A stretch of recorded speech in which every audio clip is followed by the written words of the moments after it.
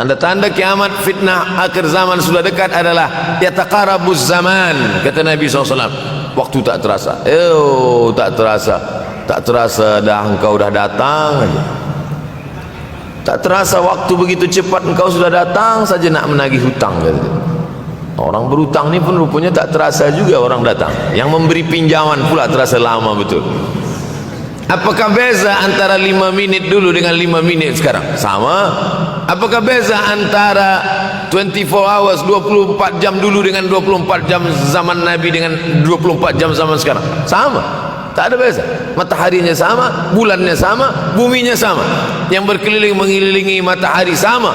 Apa yang membuat berbeza? Apa yang membuat zaman itu yataqarabuz zaman? Ada hal-hal yang membuat kita sibuk.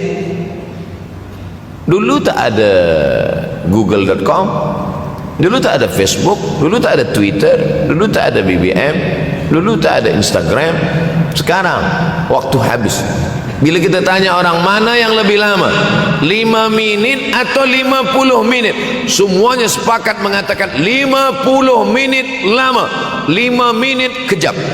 Saya tanya 2 kali, pelajar-pelajar, penuntut-penuntut, mana yang lebih lama, 5 minit atau 50 menit? Semuanya berkata 50 menit lebih lama daripada 5 minit. Lepas tu saya balik, mana yang lebih lama? 5 minit menunggu azan maghrib bulan puasa, 50 minit status FB, Instagram. Oh, lebih lama 5 minit menunggu azan maghrib.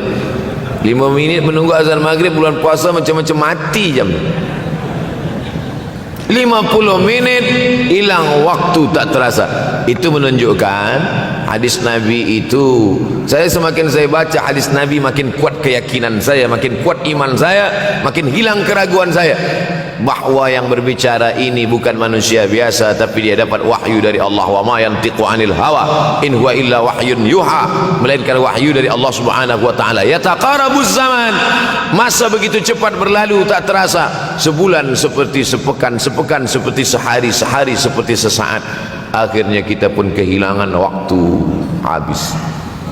Saya Ustaz Abdul Samad, memang zaman ni tak terasa cepat betul. Rasa-rasa kejap dah bulan Ramadan. Tak terasa baru saja Idul Fitri dah masuk pula lagi. Masya Allah, begitu cepatnya masa berlalu. Maka jangan sampai semakin saya baca hadis ni, semakin kuat keyakinan saya bahawa Nabi Muhammad sallallahu alaihi wasallam mendapat wahyu dari Allah Subhanahu wa taala. Semakin kuat keyakinan dan keimanan. Kenapa? Seandainya Nabi berkata zaman nanti di akhir zaman itu semakin cepat, semakin dekat, semakin berlalu tak terasa, tapi kemudian zaman yang kita lalui tak sama seperti yang dikatakan Nabi. Mungkin datang juga keraguan dalam hati, betulkah ini? Tapi ternyata 1441 tahun lampau, 1440 tahun yang lalu Nabi mengatakan, dan hari ini terbukti zaman begitu cepat berlalu.